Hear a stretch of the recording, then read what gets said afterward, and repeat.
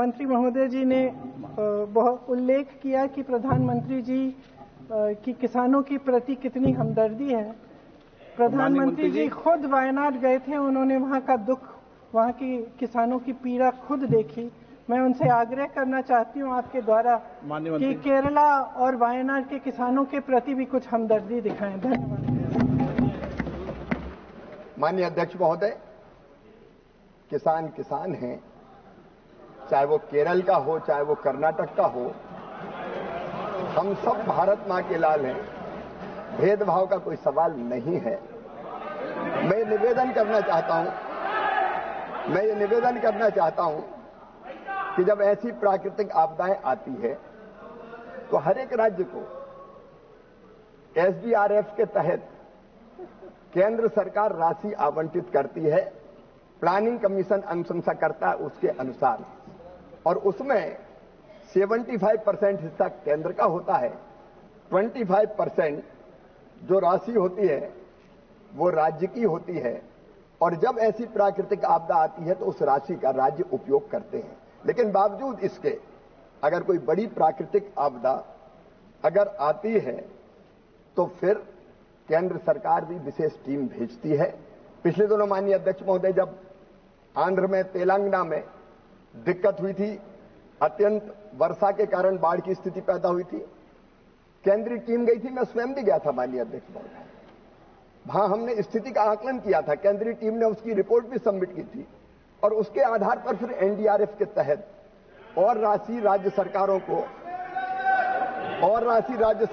निर्गत की जाती है। माननीय सदस्य ने बहुत महत्वपूर्ण सवाल पूछा, मैं जानकारी देना चाहता हूं कि केरल को भी एनडीआरएफ के तहत विशेष रूप से 138 करोड़ रुपए की राशि उपलब्ध कराई गई है। और मैं आश्वस्त करना चाहता हूं आपके माध्यम से माननीय सदस्य को कि बिना किसी भेदभाव के कहीं अगर संकट आएगा तो केंद्र सरकार राज्य सरकार के साथ खड़ी रहेगी, चाहे वो केरल हो, अन्य राज्य हो। उन्होंने अभी मसालों की बात पूछी, मैं उनको बताना चाहता हूं, पिछले दिनों रेड चिली के दाम कम हो गए थे माननीय अध्यक्ष महोदय। मिर्ची भी मसालों में आती है। आंध्र के मुख्यमंत्री आए, हमने तुरंत फैसला किया कि रेड चिली 11,000 रुपया प्रति क्विंटल के माध्यम से खरीदी जाएगी, और हमने यहां से आदेश जारी किए। आपने अलग अलग किसानों को पूछा, उसके लिए स्वीकृत करने का काम किया। माननीय अध्यक्ष महोदय, जहां भी प्राकृतिक आपदा से किसानों पर संकट आएगा, वो देश के किसी राज्य के किसानों, किसी गांव के किसानों, उनके साथ भारत सरकार सदैव खड़ी रहेगी। कोई भेदभाव नहीं होगा, question number 242 doctor D Purandeswari. Question number 242। कल कृषि कल्याण पर चर्चा है, पूरी डिटेल। बैठिए। कृषि कल्याण पर चर्चा है पूरी समय, आप उस समय बोलना। माननीय मंत्री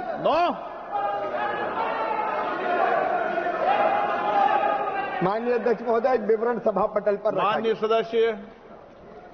Sir, AgriStack is a transformative initiative, sir, which is aimed at digitizing agriculture and ensuring targeted benefits to the farmers. Even in my own state of Andhra Pradesh, just as the minister has mentioned, out of 60,02,607 farmers, sir, 37,65,463 farmers are registered on this portal, sir. However, sir, we need to understand that about 80% of our farmers are small and marginal, and scalability is a challenge that we face under this initiative.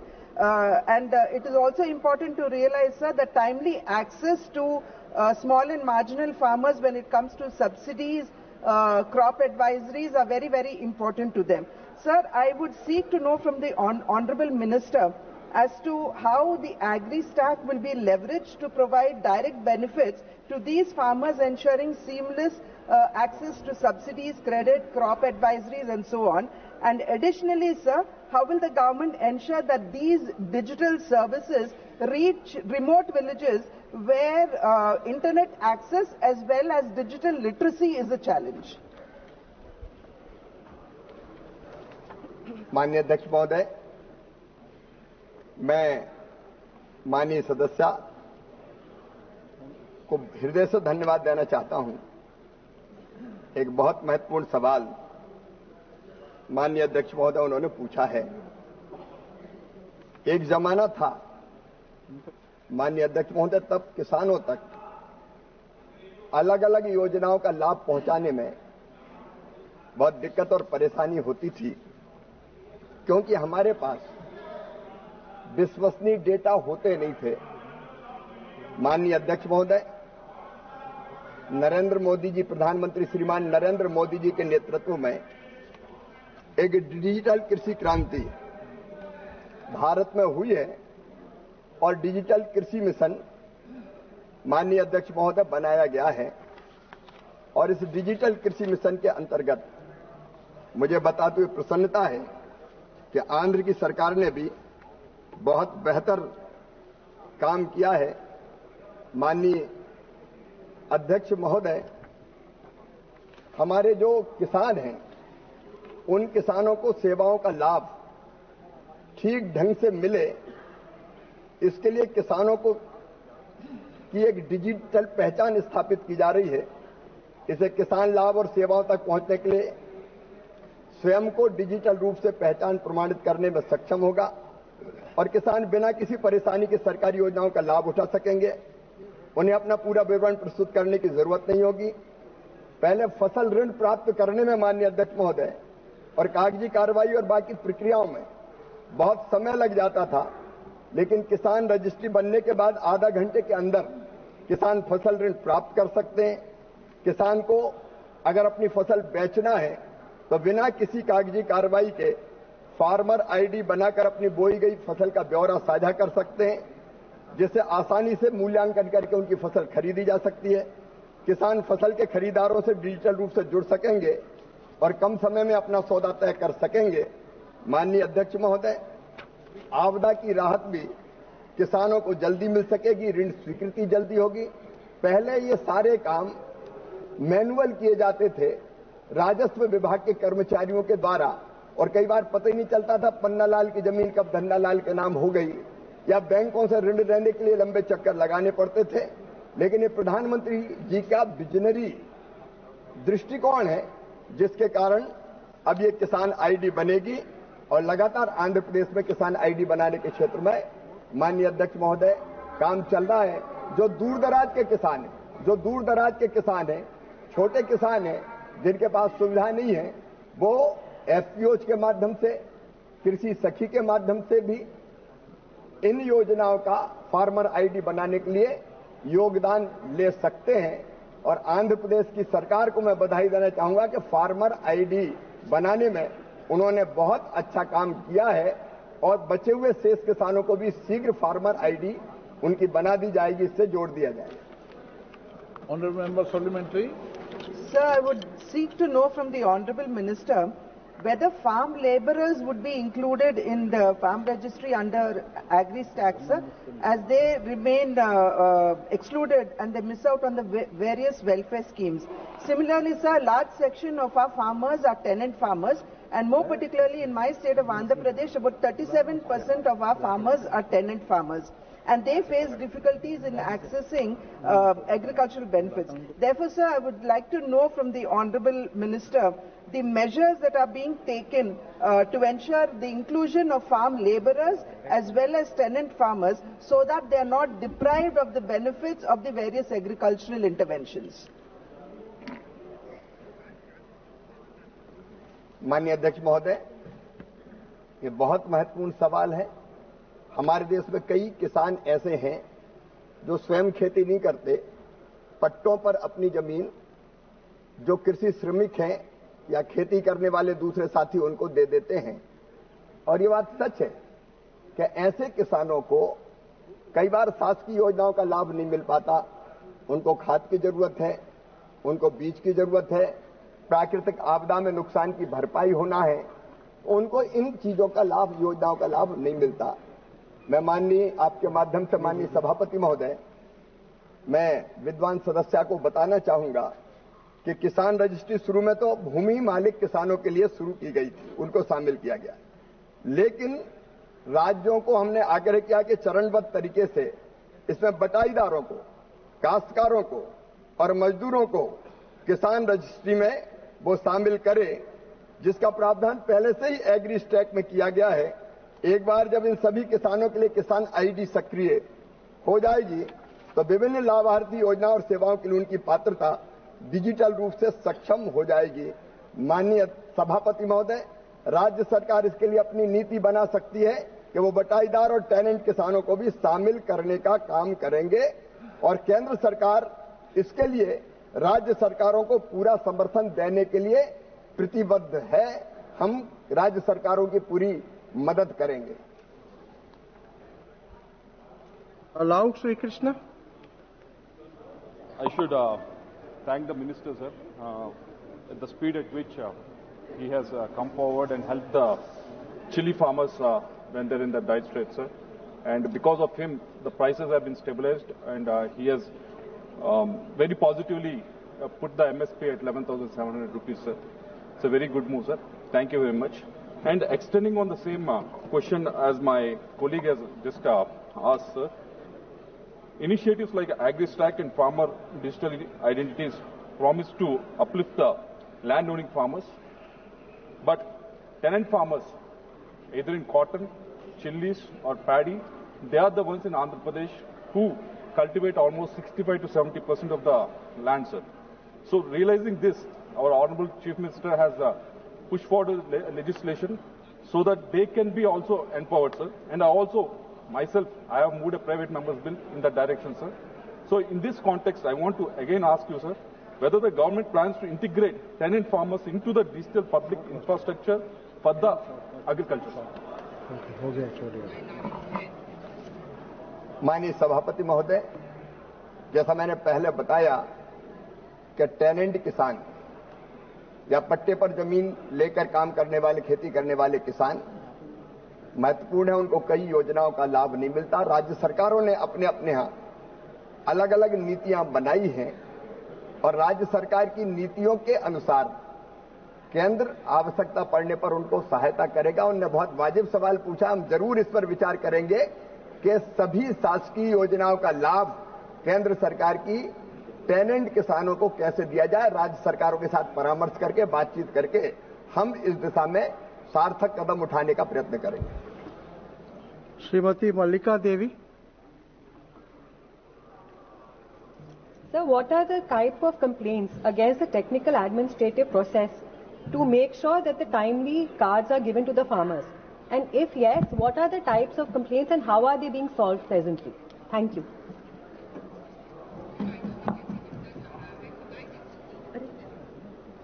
मंत्री जी। माननीय सभापति महोदय, अभी इस तरह की शिकायतों की कोई जानकारी नहीं है।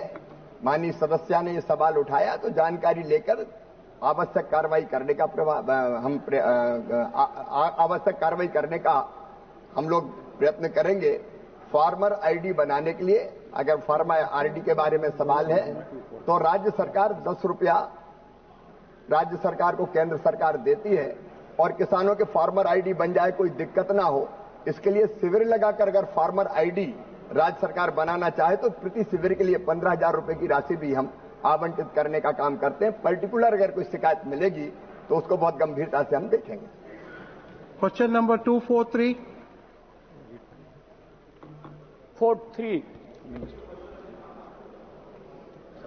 सप्लीमेंट्री। माननीय सभापति जी, मैं माननीय मंत्री जी से पूछना चाहता हूं कि पीएम मित्र योजना से कैसे रोजगार मिलेगा? सभापति महोदय, हमारे आगे माननीय शिवराज जी बैठे हैं। ये टेस्ट मैच के प्लेयर हैं, तो मैं तो टेस्ट मैच का प्लेयर नहीं हूं, मैं 2020 का प्लेयर हूं। और मैं आपसे ये कह रहा हूं कि आज देश के अंदर कृषि के बाद अगर कोई क्षेत्र है जो रोजगार देता है वो टेक्सटाइल ही है, वो वस्त्र मंत्रालय ही है। अभी 4.6 करोड़ का रोजगार है। भारत सरकार ने इसे 6 करोड़ से ऊपर ले जाने का 2030 का एक रोड मैप बनाया है महोदय, पीएम मित्र से पूछे गए माननीय सदस्य को मैं कोटि से धन्यवाद दूंगा कि देश के अंदर अब तक जो रहा वो छोटे पार्कों से बनाया जाता था। अब छोटे पार्क में होने में इंटरनेशनल मार्केट में कीमतें बढ़ जाती थी, कॉम्पिटिटिव है, लॉजिस्टिक बढ़ जाता। इस तरह से लॉजिस्टिक एंड टू एंड हो। और आपको बताते हुए मुझे हर्ष हो रहा है कि हम लोगों ने रखा 1000 हेक्टेयर एकड़ का। कई राज्यों ने उत्साह दिखा करके, मध्य प्रदेश के मुख्यमंत्री ने तो 2000 एकड़ से बड़ा पार्क बनाया लिया है, और गुजरात में भी 1700 एकड़ का। इस तरह से हम लोगों ने 7 पार्क सुनिश्चित किया है। तेलंगाना में है, ये आपको तमिलनाडु में है, ये सभी राज्यों में मिला करके 7 पार्क हैं। और इन पार्कों से रोजगार कम से कम 7 पार्क मिला करके 70,000 से 1 लाख करोड़ तक के बीच में इन्वेस्टमेंट आएगा। और साथ में साथ 21 लाख प्रत्यक्ष और अप्रत्यक्ष रोजगार इसमें होंगे, क्योंकि टेक्सटाइल ही एक ऐसा सेक्टर है जहां हम 1 करोड़ रुपया इन्वेस्ट करते हैं तो 35 से 40 लोगों को रोजगार मिलता है। और वो रोजगार होता है फाइबर से लेकर के गारमेंट तक। और गारमेंट एक ऐसा सेक्टर है जिसमें आप अधिक से अधिक रोजगार देने का अवसर है। और मैं मानता हूं कि ये रोजगार जो हम लोगों ने लिया है वो 21 लाख का रोजगार का लिया है। जब ये पूरे पार्क बन के तैयार होंगे, लॉजिस्टिक प्रॉब्लम सॉल्व होगा, एंड टू एंड होगा। और ऐसी स्थिति में मैं आपको दावे के साथ कह रहा हूं, जो हम लोगों ने लिया है वो बनेगा। Second supplementary. महोदय, अगर बिहार में पीएम मित्र पार्क नहीं है तो झंझारपुर सहित पूरे बिहार राज्य में वाल्मीकि नगर लेकर के कितने पार्क बनाने का माननीय मंत्री जी का योजनाएं हैं वो पूछना चाहता हूं। साथ साथ सदन के माध्यम से महोदय माननीय मंत्री जी से अनुरोध है कि मधुबनी जिला एक समय खादी उद्योग का हब हुआ करता था, लोगों के लिए रोजगार का एक मुख्य स्रोत था। आज भी मधुबनी जिला खादी वस्त्र के लिए बिहार सहित देश भर में प्रसिद्ध है। आग्रह है मधुबनी जिला में खादी उद्योग के विकास एवं विस्तार हेतु सरकार द्वारा जनहित में आवश्यक पहल की जाए। महोदय, रोटी हमारी सरकार देती है गरीब जनता को, मकान देती है सरकार को, लेकिन कपड़ा के मामले में माननीय इस सदन के माध्यम से महोदय मैं माननीय मंत्री जी से कहना चाहता हूं कि बिहार के लोगों को कपड़ा का कुछ ऐसा स्रोत बनाइए कि बेरोजगार को नौकरी मिलेगी, बाहर नहीं जाना पड़ेगा। बहुत बहुत धन्यवाद। महोदय, बहुत अच्छा प्रश्न उन्होंने किया है। ठीक है, बिहार में पीएम मित्र पार्क नहीं हुआ, लेकिन बिहार में जो नीतीश कुमार जी के नेतृत्व में और माननीय नरेंद्र मोदी जी के दिशा निर्देशन में जो नीतियां चल रही है, बिहार की सरकार मुख्यमंत्री के नेतृत्व में जो खास करके टेक्सटाइल के सेक्टर में, आपको जान करके खुशी होगी, जिस बिहार में फाइबर नहीं, कोई मिल नहीं, उसके बाद भी जो नीतियां बनी है, आज जब से ये सरकार तीसरी सरकार बनी है, मैं चंपारण जिसकी चर्चा माननीय सदस्य ने की, चंपारण एक ऐसा जगह है कि वहां पर एक क्लस्टर बना है, वहां पर एक बड़े पैमाने पर काम हो रहा है। आज जुलाई में भारत सरकार ने 100 से ऊपर इन्वेस्टर लेकर के बिहार के मंत्री के साथ एक इन्वेस्टर मीट भी किया। और इन्वेस्टर मीट में जिस मधुबनी जिला की बात माननीय सदस्य कर रहे हैं रामप्रीत जी, वहां भी प्रस्तावक गए, वहां 700 एकड़ उनको दिखाया गया है जमीन। माननीय मंत्री बिहार सरकार के साथ एक उन लोगों की मीटिंग भी हुई और मीटिंग ही नहीं हुई बल्कि 500 करोड़ से ऊपर का दोनों में एक MOU भी हुआ। तो मैं मानता हूं कि आने वाले दिनों में बिहार, बेगूसराय, पूर्णिया, माननीय सदस्य पूर्णिया के सांसद हैं, पूर्णिया में भी टेक्सटाइल का माहौल बन रहा है। तो ये पूरे बिहार में जो नई नीतियां बनी है, डबल इंजन की सरकार है, इस सरकार को मिलकर के हम एक टेक्सटाइल का माहौल बनाने का काम भी करेंगे। कौशलेंद्र जी, कौशलेंद्र कुमार। सभापति महोदय, मैं बिहार के नालंदा जिला से आता हूं। हेलो, अरे आप बैठ जाइए सर, हमको भी प्रश्न पूछने दीजिए भाई। सभापति महोदय, मैं बिहार के नालंदा संसदीय क्षेत्र से आता हूं। हमारे संसदीय क्षेत्र में स्वर्गीय कपिल देव प्रसाद जी बामन बूटी साड़ी देश और विदेशों में उनकी पहचान थी। उनकी काश्तकारी के बदौलत भारत सरकार ने पद्म श्री अवार्ड से भी नवाजा था। मैं माननीय मंत्री जी से अनुरोध करूंगा कि आप बिहार में एनडीए की सरकार और दिल्ली में भी एनडीए की सरकार है, तो नालंदा सहित समस्तीपुर, चंपारण, पूर्णिया जो हस्तकरघा उद्योग था वो पूरी तरह से मृत हो गया है। मैं माननीय मंत्री जी से अनुरोध करूंगा, क्या इन लोगों को जो मृत है उसको आप चालू करने का कोई प्रस्ताव है और माननीय हस्तकरघा उद्योग को पुनर्जीवित करने का माननीय मंत्री जी का कोई विचार रखते हैं? माननीय सदस्य कौशल जी, बहुत अच्छा प्रश्न किया है महोदय।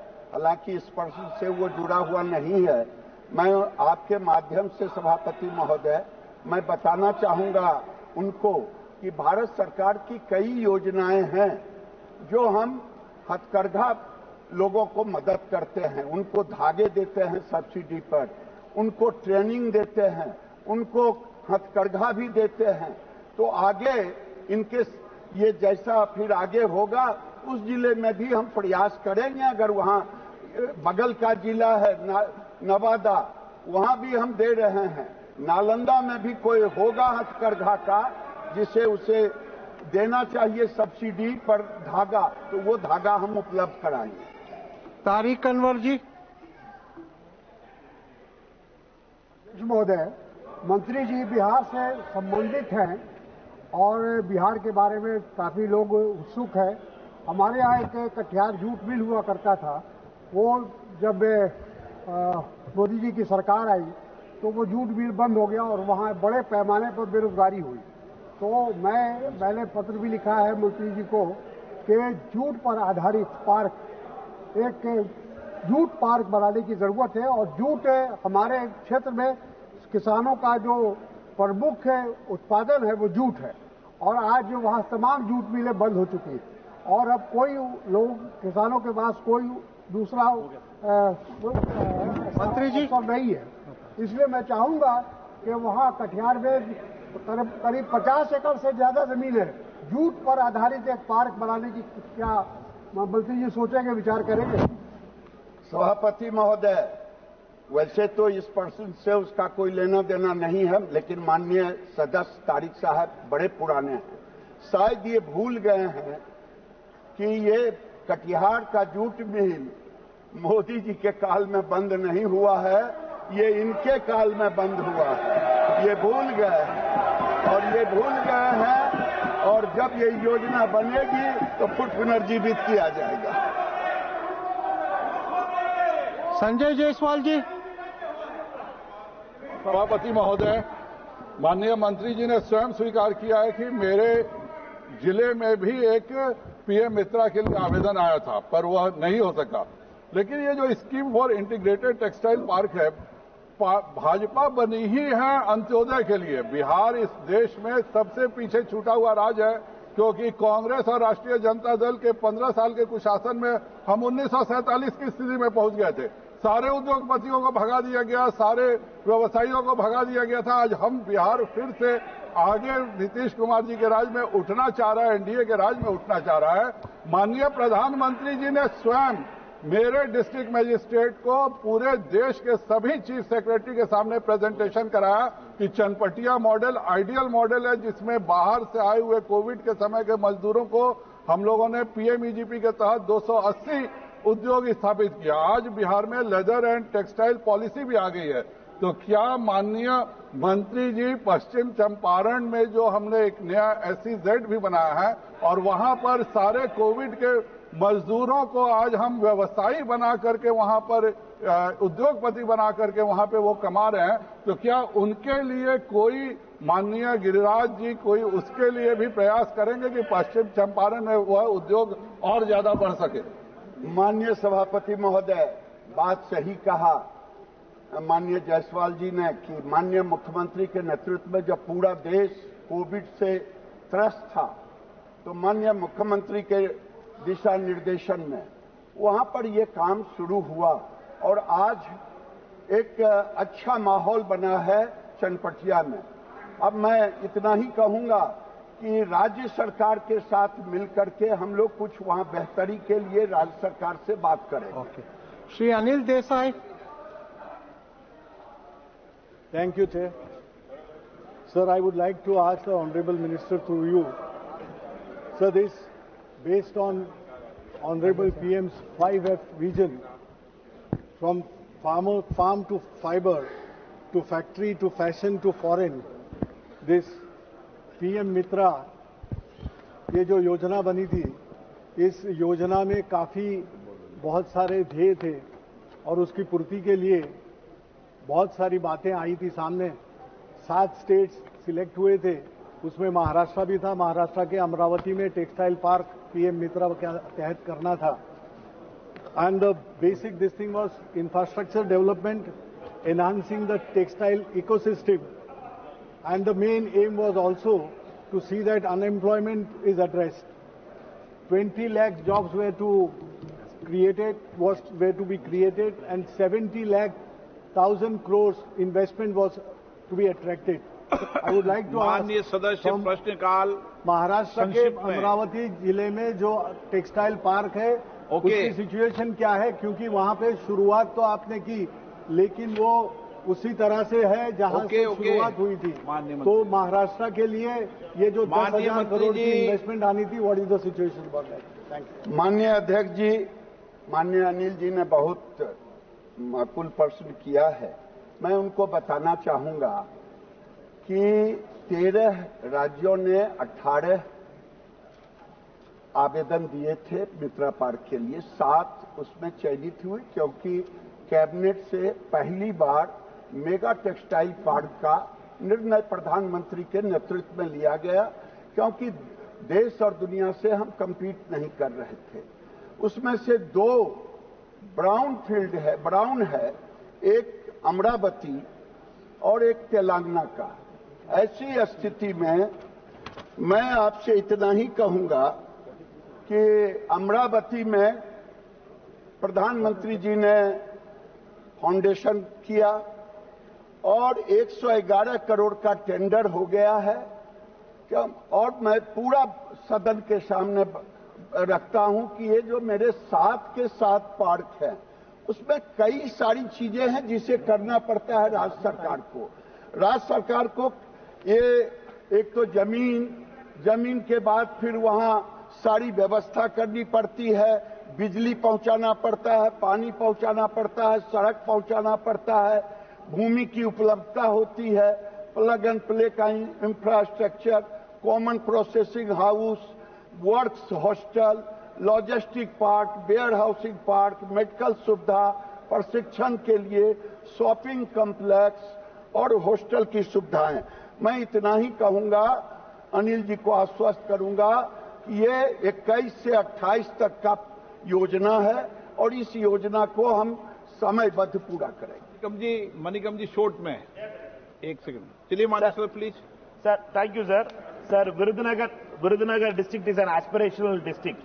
Virudhunagar as MSME, it's a MSME district, as well as from the fireworks and match industries are there, and printing and textile industries are there. Virudhunagar got a PM Mitra Park, but undue delay in development plan approval of the SIPCAT before SPV, which is headed by the Secretary of Textile, Government of India is there.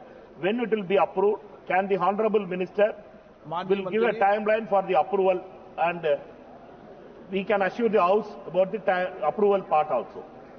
Thank you. महोदय, माननीय सदस्य ने जो पूछा है, मैं उनको बताना चाहूंगा कि वहां के इंडस्ट्री मिनिस्टर आए थे। उन्होंने जो कहा कि हमें ही इस पार्ट को पूरा करने का उन्हें सरकार को दे दें, वहां का जो इंडस्ट्रियल डेवलपमेंट अथॉरिटी है जो भी है, तो हमने उसकी अनुमति दे दी है। एसपीबी बन गया है, सारे काम हो रहे हैं, दे दिया। क्वेश्चन नंबर 244 सेक्रेटरी थोड़े यहां जवाब। सुनील तटकरे, माननीय 4 ऑनरेबल मेंबर।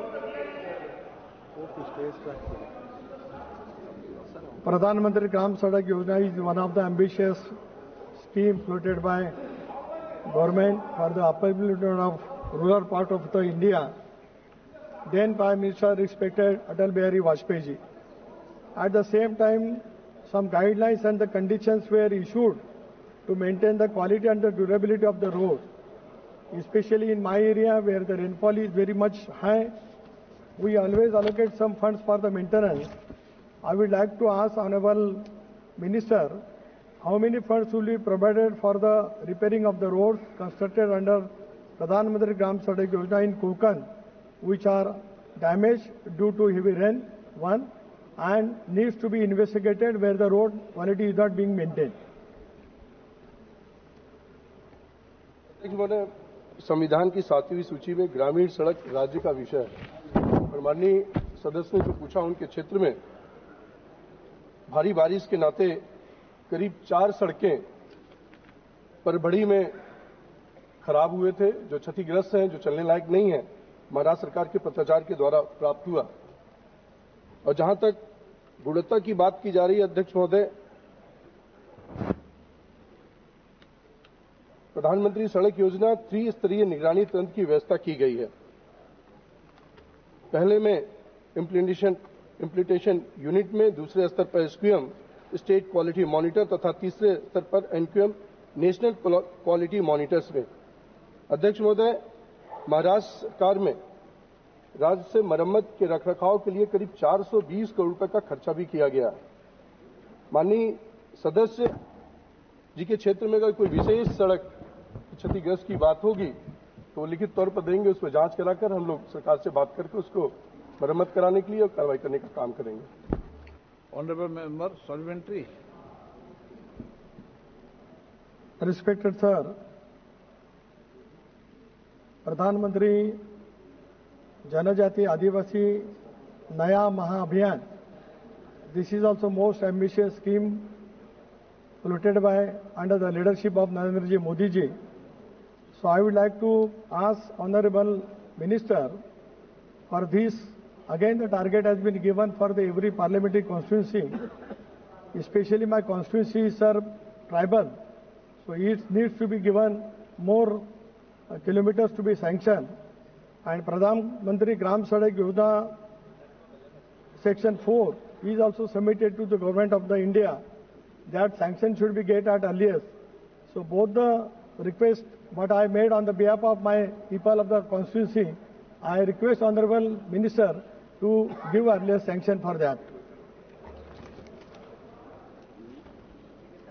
माननीय अध्यक्ष महोदय, मैं आपके माध्यम से सदन को ये बताना चाहता हूं कि आजादी के 75 वर्ष बाद भी कई विशेष रूप से कमजोर जनजातीय समूह पीबीडीजी जो विकास एवं आधारभूत सुविधाओं से वंचित रह गए हैं, आदरणीय प्रधानमंत्री मोदी जी ने पीएम जन योजना का शुभारंभ किया और इसका लक्ष्य था ऐसे 75 समूहों को पीबीटीजी का सर्वांगीण विकास एवं आधारभूत सुविधाओं को सुदृढ़ करना। लगभग 24,000 करोड़ रुपए के बजट वाले इस मिशन में करीब 9 प्रमुख मंत्रालय सम्मिलित हैं और इसमें सड़क, दूरसंचार, कनेक्टिविटी, बिजली, स्वच्छ पेयजल, शिक्षा, स्वास्थ्य, पोषण और सतत आजीविका के अवसर। हमारे मंत्रालय को पीएम जन के तहत सड़क और आवास की जिम्मेदारी दी गई है। सड़क के क्षेत्र में करीब 1000 किलोमीटर की सड़कों का लक्ष्य निर्धारित किया गया है। अध्यक्ष महोदय, इसके अलावा PMSY 4 में हमने आदिवासी गांवों को शेड्यूल 5 एरिया के लिए 250 प्लस जनसंख्या का प्रावधान किया है। जो भी प्राप्त बसौटें बची हैं उसको PMSY 4 में लेने का प्रयास किया जाएगा। ये महाराष्ट्र से संबंधित प्रश्न है, इसलिए छोड़ देते, अगली बार ले लेंगे। ओके ओके ओके, मैं जानता हूं।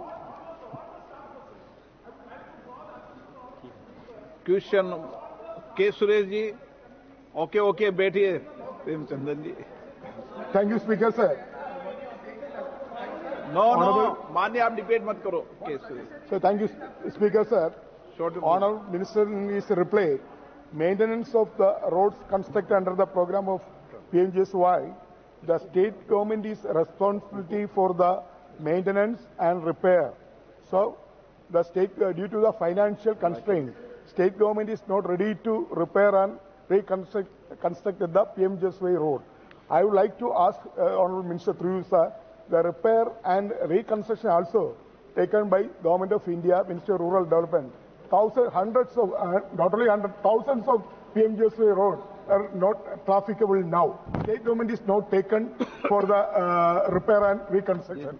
So I would like to ask the Honourable Minister through you, sir, whether this repair and reconstruction responsibility also taken by Government of India. Good question. अध्यक्ष महोदय, ये राज्य का विषय है, लेकिन फिर भी सदस्य ने पूछा है तो मैं बताना चाहता हूं कि प्रधानमंत्री सड़क जो है, हमारी प्रधानमंत्री सड़क योजना के अंतर्गत जो भी सड़कें हम बनाते हैं उसका 5 साल तक रखरखाव करने की जिम्मेदारी उस ठेकेदार की होती है जो ठेकेदार उस टेंडर को पाता है, और उसके बाद हम लोग राज्य सरकारों को दे देते हैं, कहीं कहीं और भी विभागों को दे देते हैं। ऐसा कोई प्रस्ताव अभी हमारे मंत्रालय में नहीं पड़ा हुआ है कि इसका रखरखाव 10 साल के बाद हम लोग करें। Question number 245 Shri Ravindra Dattaram Waikar. धन्यवाद अध्यक्ष महोदय। अध्यक्ष महोदय, क्वेश्चन नंबर बोले पहले। 245 अध्यक्ष पटल पे रख। धन्यवाद अध्यक्ष महोदय, मैं सरकार और मंत्री जी का धन्यवाद देता हूं। उन्होंने 50 में से 12 टेक्सटाइल पार्क और एक PM मित्र पार्क महाराष्ट्र को दिया है। अध्यक्ष महोदय, महाराष्ट्र में 1982 में हमारे यहाँ एक टेक्सटाइल हब होता था, गिरन गांव बोला जाता था। उसमें स्ट्राइक हुआ, संप हो गया और वहां के मजदूर बेरोजगार हो गए। उसके माध्यम से मेरा प्रश्न है, मैं आपके माध्यम से माननीय मंत्री जी से ये जानना चाहता हूं कि मुंबई जो देश के वस्त्र उद्योग का एक महत्वपूर्ण केंद्र था, वहां scheme for integrated textile park यानी SITP के तहत पिछले 5 वर्षों में कुल कितने टेक्सटाइल पार्क स्वीकृत किए गए हैं, जिसके अतिरिक्त मुंबई और MMR रीजन में स्थित पुरानी मिलों, बुनाई इकाइयों और अन्य पारंपरिक कपड़ा व्यवसाय को पुनर्जीवित करने के लिए सरकार द्वारा अब तक क्या ठोस कदम उठाए गए हैं? अध्यक्ष महोदय, माननीय सदस्य को धन्यवाद दूंगा। वैसे तो मैं 50 के 50 पार्क का सूची उसमें उत्तर में डाल दिया हूं, लेकिन ये बताना चाहूंगा कि ये मोदी जी को धन्यवाद मैं देता हूं कि ये पार्क 2005 से शुरू हुआ और 2005 से शुरू हुआ और उस समय अध्यक्ष महोदय 98 पार्क को इन्होंने आवेदन लिया और अंत में आते आते आते आते 50 पार्क बचा। और जब से भारत सरकार नरेंद्र मोदी जी के नेतृत्व में है, हमने उसमें से 10 साल में 8 पार्क को पूरा कर दिया और 5 पार्क को इस बार हमने 34 करोड़ रुपया उसके किस्त को दिया है और 7 लोगों ने मांगा था, 7 में से 5 को हमने देने का काम किया। Okay, supplementary.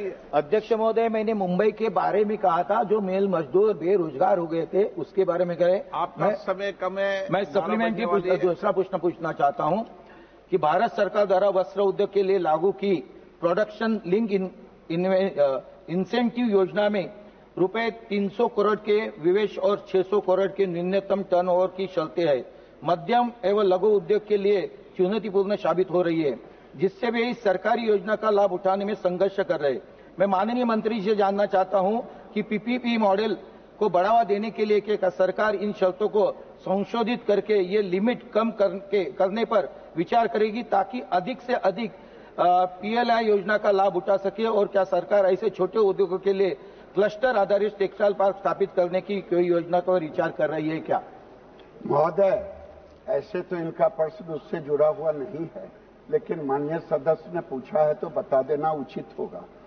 ये नेशनल टेक्सटाइल मिशन जो टेक्निकल टेक्सटाइल है, ये भारत के अंदर नहीं था। नरेंद्र मोदी जी के आने के बाद एक मिशन के रूप में लिया गया और 3 बिलियन से ऊपर हम एक्सपोर्ट कर चुके हैं।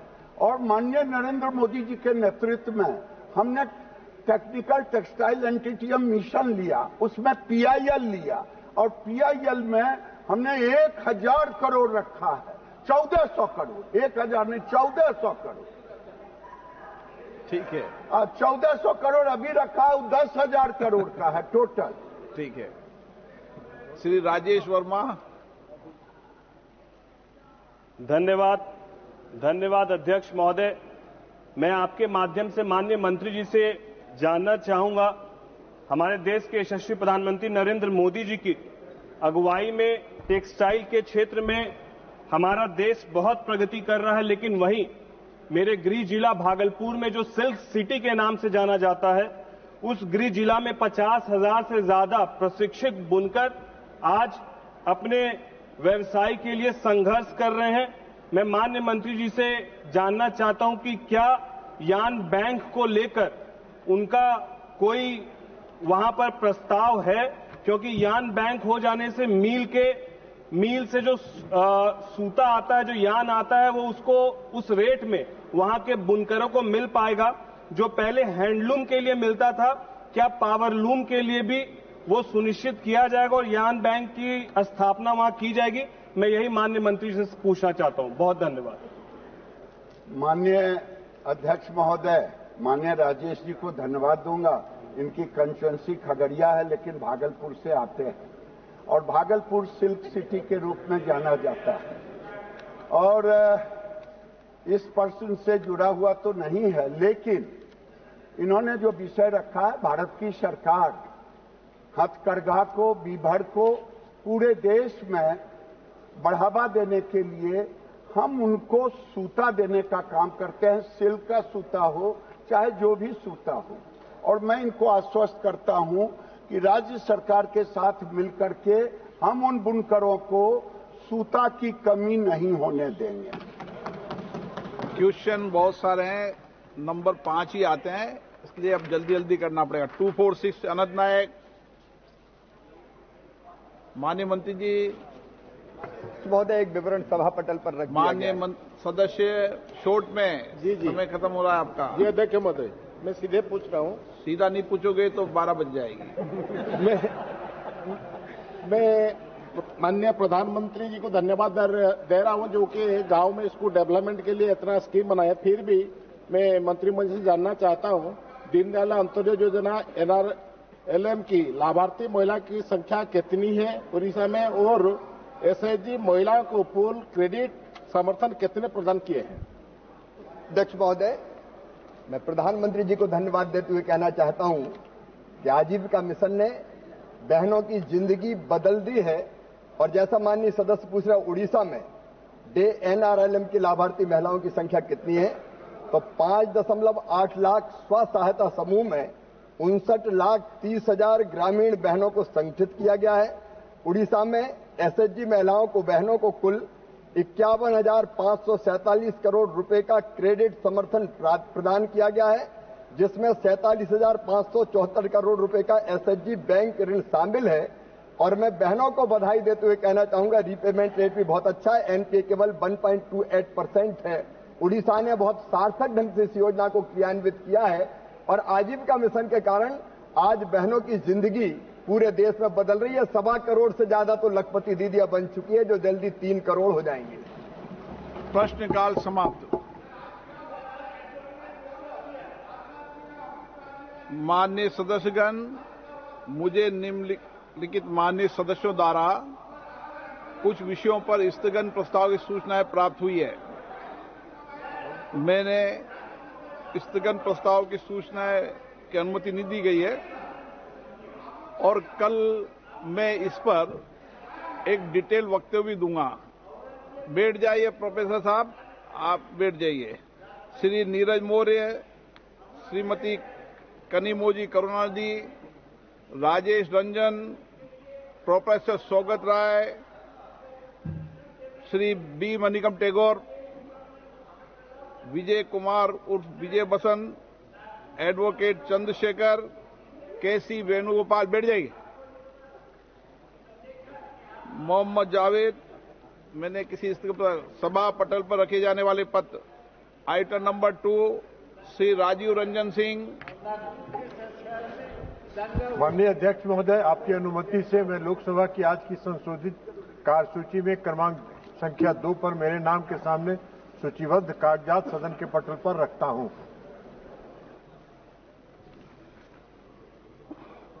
सभा पटल पर रखे जाने वाले पत्र। Item number 3, doctor Virendra Kumar ji. सभापति महोदय जी, आपकी अनुमति से मैं आज की संशोधित कार्यसूची में क्रम संख्या 3 पर मेरे नाम के सम्मुख अंकित कागज सभा पटल पर रखता हूं। धन्यवाद। Item number 4, Shri Jitendra Prasad ji. Respected sir, with your kind permission, I rise to lay on the table of the House the papers mentioned against my name at serial number 4 in the revised list of business. Item number 5, Shri Ramnath Thakur ji. महोदय, मैं आपकी अनुमति से आज की पुनरीक्षित कार्यसूची में क्रम संख्या 5 पर अपने नाम के समक्ष दर्ज पत्र पर सभा पटल पर रखता हूं। Item number 6, Shri Nityanand Rai ji. की पुनरीक्षित कार्यसूची के क्रमांक संख्या 6 पे मेरे नाम के सम्मुख उल्लेखित दस्तावेज सभा पटल पर रखता हूं। Item number 7, doctor P Chandrashekhar ji. Sir, I do hereby lay the Hindi and English version of the document mentioned before my name at serial number 7 in today's item number 8. business. Thank you. Shri SP Singh Baghel ji. Permission, I rise to lay the papers listed against my name at the serial number 8 in the today's revised list of business of Lok Sabha. Item number 8, 9, Shri BL Verma ji. अध्यक्ष महोदय, मैं आपकी अनुमति से आज लोकसभा की संशोधित कार्यसूची में क्रम संख्या 9 पर अपने नाम के सम्मुख अंकित प्रपत्र समाप्त रखता हूं। Item number 10, Shri Bandi Sanjay Kumar ji. माननीय अध्यक्ष, मैं क्रम संख्या 10 पर मेरे नाम के सम्मुख उल्लिखित दस्तावेज सभा पटल पर रखता हूं। आइटम नंबर 11, श्री भागीरथ चौधरी जी। माननीय अध्यक्ष महोदय जी, मैं आपकी अनुमति से आज की लोकसभा की संशोधित कार्यसूची में क्रम संख्या 11 पर मेरे नाम के समक्ष दर्शाए गए पत्र सदन के सभा पटल पर रखता हूं। Item number 12, Shri Bhupathi Raju Varma. पूरा नाम यही है ना आपका? Srinivas Bhupathi Raju Varma. I lay on the table of the House papers pertaining to Ministry of Heavy Industries listed against my name at serial number 12 in the revised list of business for today, the 18th March 2025. Thank you.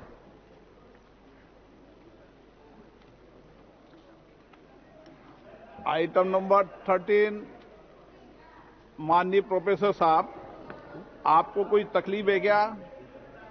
आप बहुत senior व्यक्ति हैं और senior व्यक्ति जैसा व्यवहार करा करें आप रोज। Speaker sir, with your kind permission, I rise to lay the papers listed against my name at serial number 13 in today's revised list of business of Lok Sabha. 14, Sri Pavitra Margarita. Honorable Sir, with your permission, I rise to lay on the table of the House paper mentioned against my name at serial number 14 as per today's revised list of business.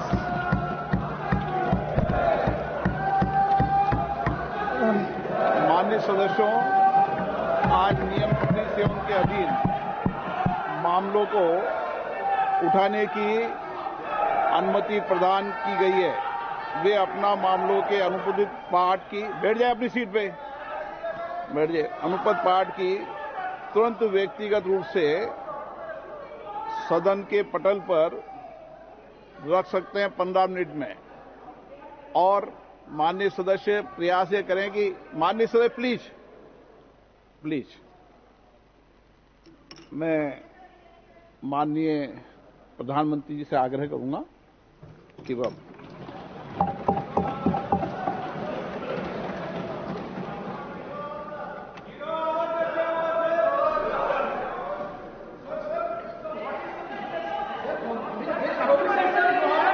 माननीय अध्यक्ष जी please मैं बताता हूं please बताता हूं मैं please माननीय अध्यक्ष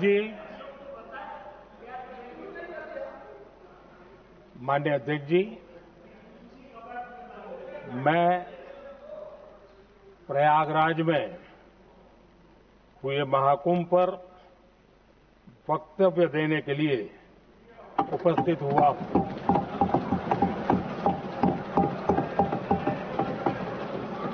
आज मैं इस सदन के माध्यम से कोटि कोटि देशवासियों को नमन करता हूं, जिनकी वजह से महाकुंभ का सफल आयोजन हुआ।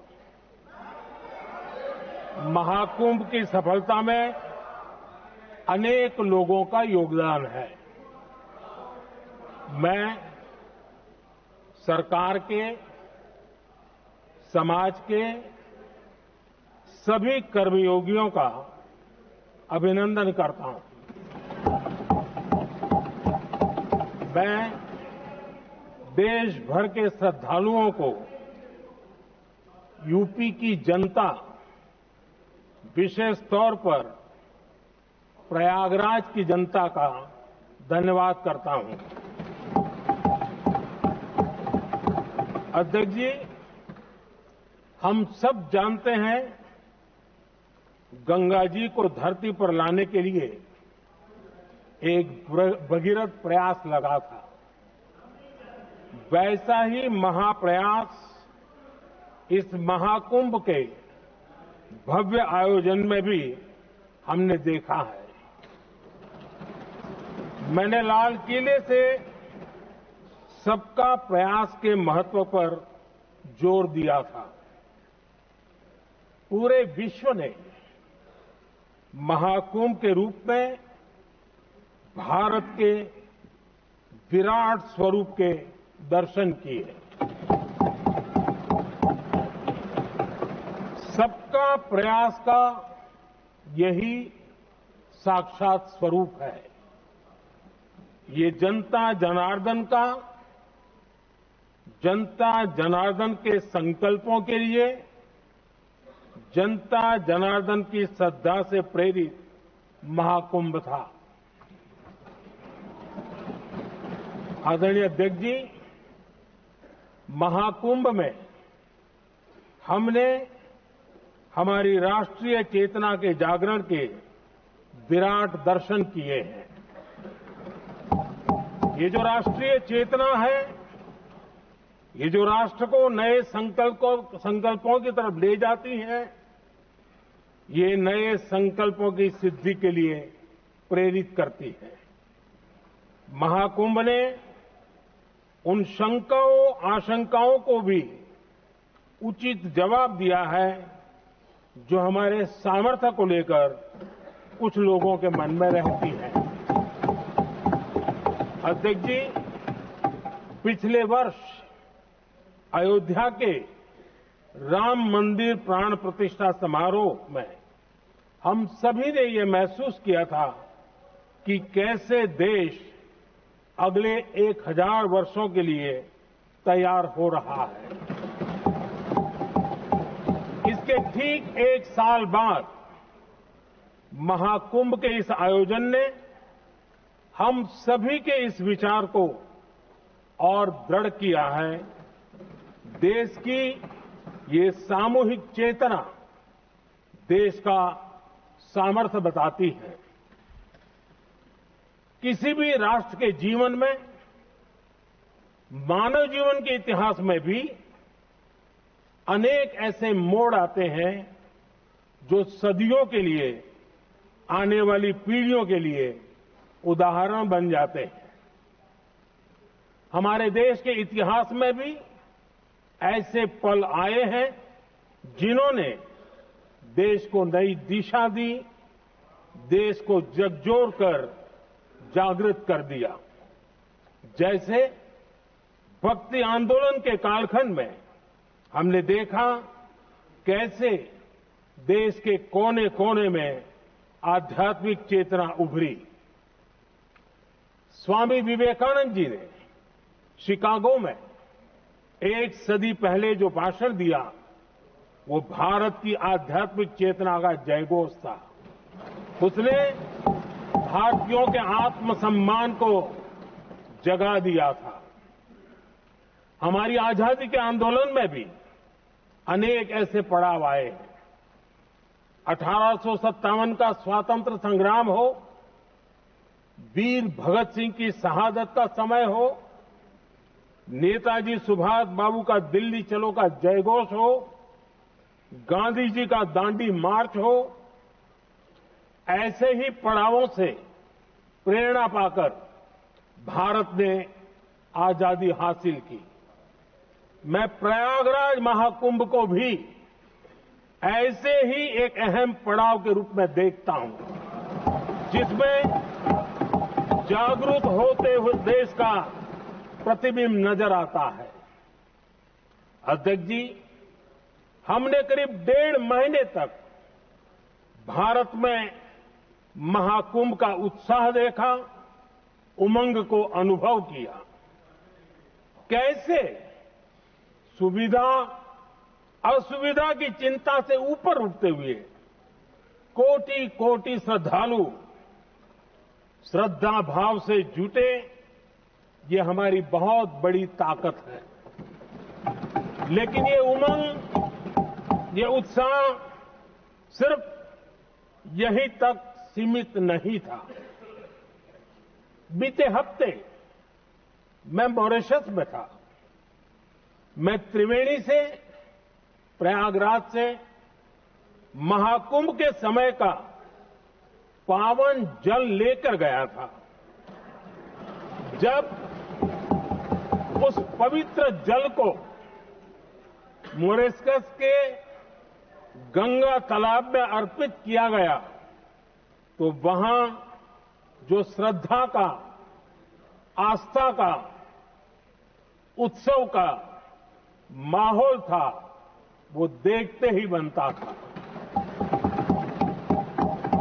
ये दिखाता है कि आज हमारी परंपरा, हमारी संस्कृति, हमारे संस्कारों को आत्मसात करने की, उन्हें सेलिब्रेट करने की भावना कितनी प्रबल हो रही है।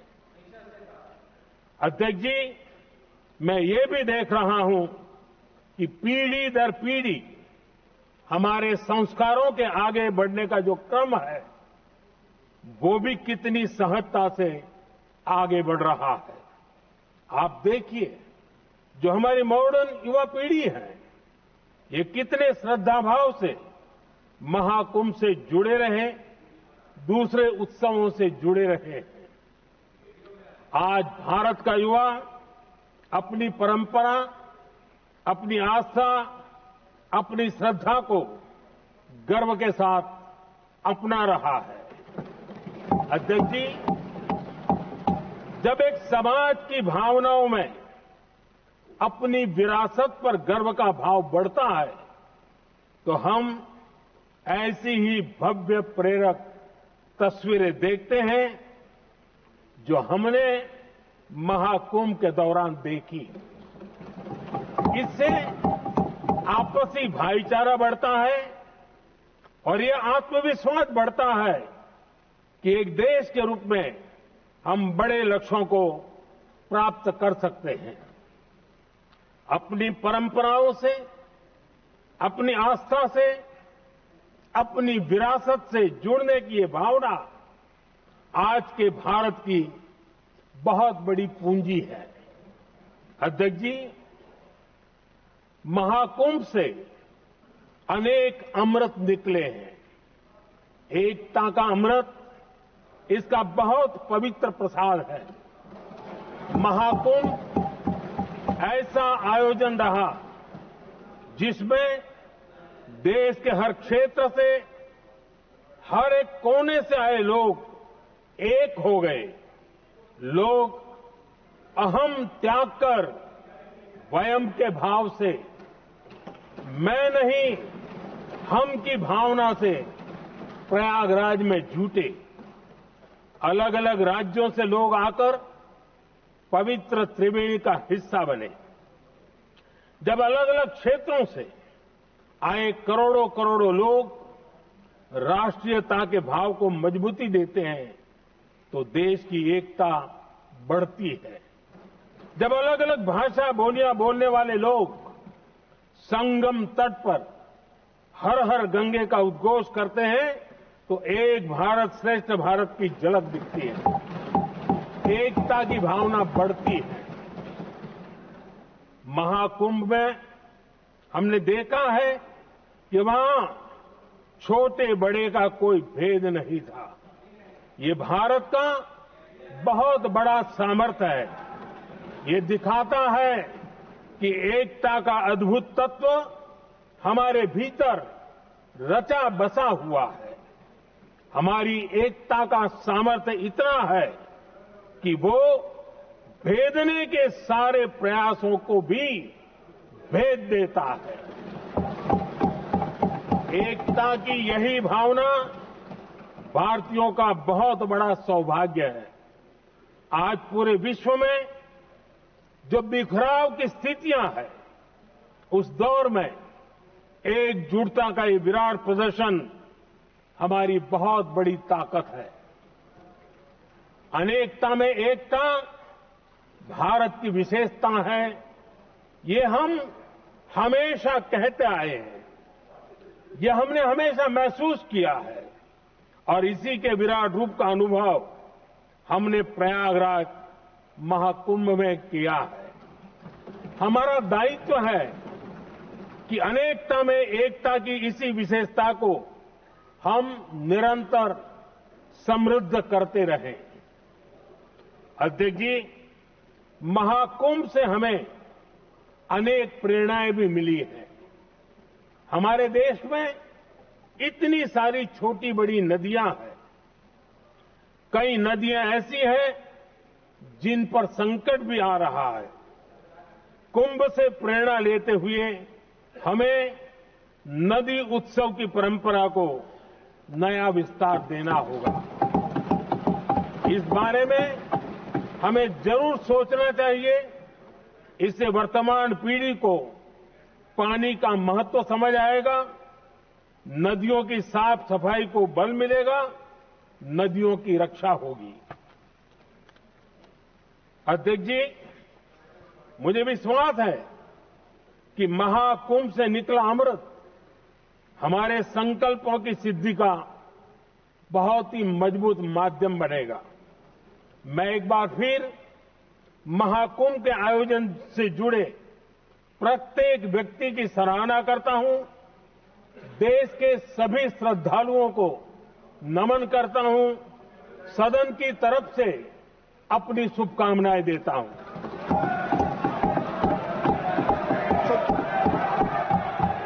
नियम 372 एक मिनट। नियम 372 के तहत आप विद्वान माननीय सदस्य विषय उठा रहे थे ना, इसलिए मैं बोल रहा हूं, आप नियम पढ़ लिया करें। हर विषय सदन नियमों से चलता है।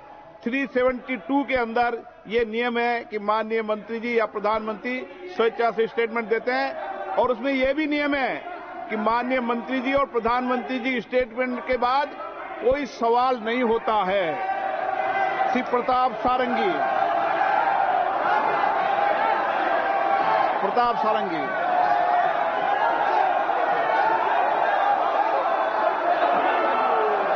हर हर महादेव। प्रताप सारंगी, बोलिए प्रताप सारंगी जी।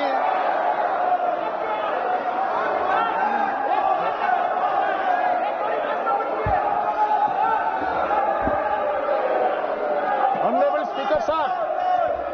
Honorable Speaker Sir, I am especially thankful to you for having allowed me to participate in this discussion on demand for grants relating to Railway Department, Railway Ministry. Indian Rail is the glorious symbol of our national pride and unity. It's a symbol of our national integration. It connects the nation from east to west and north to south. This is the cheapest and most comfortable mode of travel and transport. Under the guidance of our Honorable Prime Minister, जब नियमों में परिवर्तन करने हैं तो and the leadership of our Rail Minister Shri Ashwini Vaishnav ji, it is marching ahead with great speed from different angles. This is a revolutionary budget. This is a budget with a great vision and result to transform the entire railway system. Development of Railway Ministry over the next 4-5 years shall be to the tune of 4.6 trillion rupees. A very bold and ambitious development program. Expansion of the infrastructure is very strong. This budget is an inspiring document which promotes confidence and commitment, hope and aspiration, dream and potentiality. I have to thank three persons. First, our Honorable Visionary Prime Minister, under whose able guidance and leadership, our nation in general and Indian Railways in particular has reached such heights of development which any nation can be proud of. Second, our Finance Minister, whose prudence is preparing this budget, deserves special praise. Third, our Honorable Rail Minister Shri Vaishnav ji, who has worked tirelessly and put his life and soul for the transformation of our railway mechanism and translate the vision of our Honorable Prime Minister into action in greater public interest. Sir, the vision is quite clear. 50 Namo Bharat trains, 100 Amrit Bharat trains, 200 Vande Bharat trains, 7.45 billion passengers and special train services. Installation of Kavach on 10,000 locomotives and 15,000 kilometers on the railway now is going on. Around 17,500 general coaches will be added to the railway inventory going forward.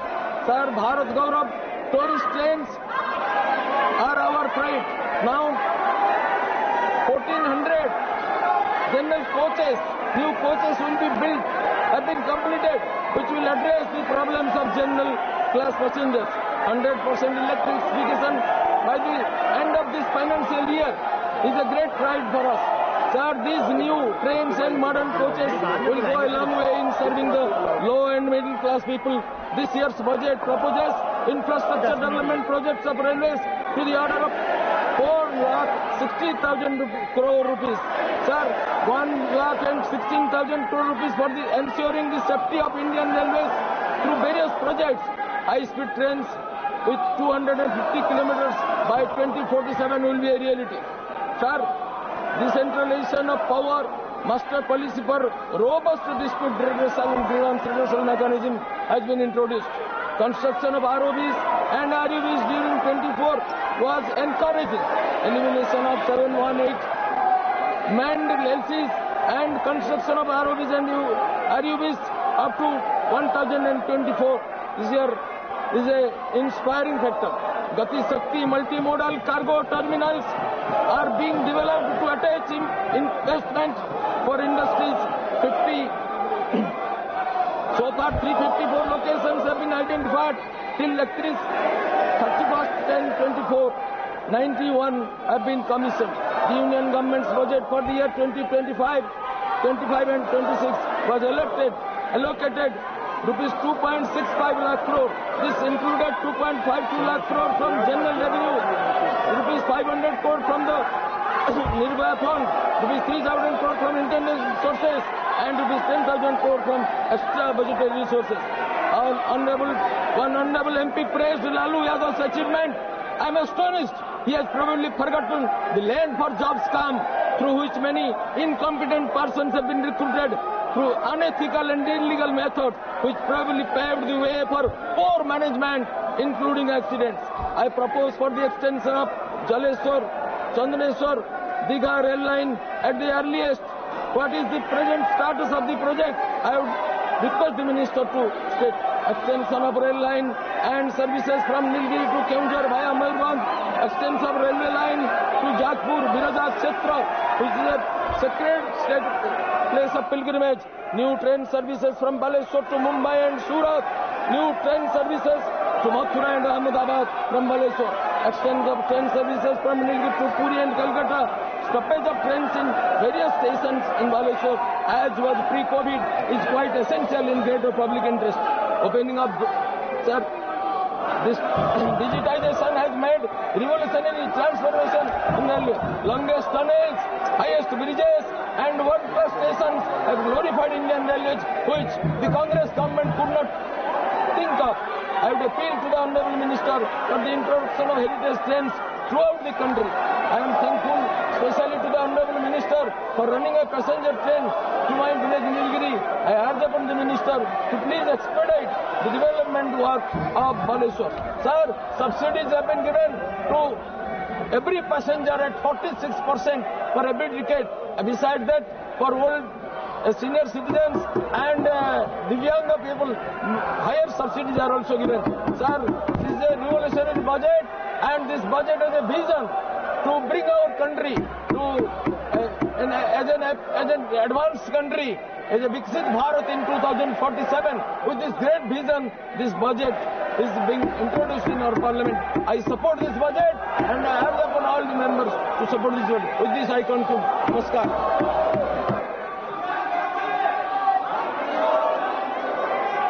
चलिए, आप बैठिए अपने अपने seat पे। माननीय मंत्री जी जवाब देने वाले हैं। फिर बैठिए अपनी अपनी सीट पर। किसी को मौका नहीं मिलेगा। अगर बैठेंगे तो सीट पे मौका मिलेगा। आप जाइए अपनी अपनी सीट पे बैठिए। अगर आप नहीं बोलना चाहेंगे तो 1 बजे माननीय मंत्री जी भी जवाब देंगे। आपको फिर मैं आग्रह कर रहा हूं, जाइए अपनी अपनी सीट पे बैठिए।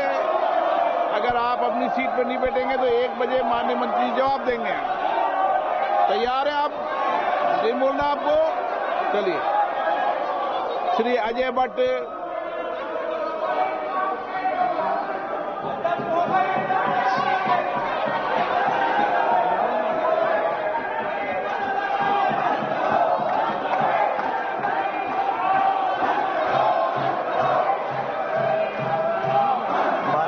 जी, मैं बहुत आभारी हूं कि मुझे आपने बहुत ही महत्वपूर्ण रेलवे बजट पर बोलने का मौका दिया है। मान्यवर 10 सालों में रेलवे ने पूरा कायाकल्प कर दिया है। माननीय प्रधानमंत्री जी के नेतृत्व में रेल मंत्री जी ने 100% वो कार्रवाइयां की है जिसका देश को जरूरत थी। मान्यवर विपक्ष क्यों पता नहीं इतना नाराज रहता है।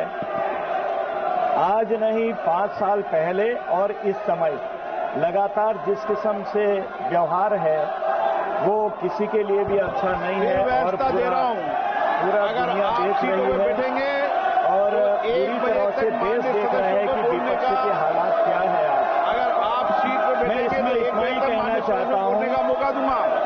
अगर आप सीट पर नहीं अंधेरों की साजिशें 1 बजे माननीय मंत्री जी जवाब देंगे। आप अपनी सीट पर बैठिए। आप अपनी सीट पर बैठिए। नहीं बैठना चाहते हैं? मैं इतना ही कहना चाहता हूं मान्यवर, अंधेरों की साजिशें अगर आप सीट पर रोज रोज होती है, फिर भी उजालों की जीत तो 1 बजे हर सुबह होती है। मंत्री जी जवाब देंगे। आप कितना ही सदन की कार्रवाई 1 बजे तक के लिए स्थगित की जाती है।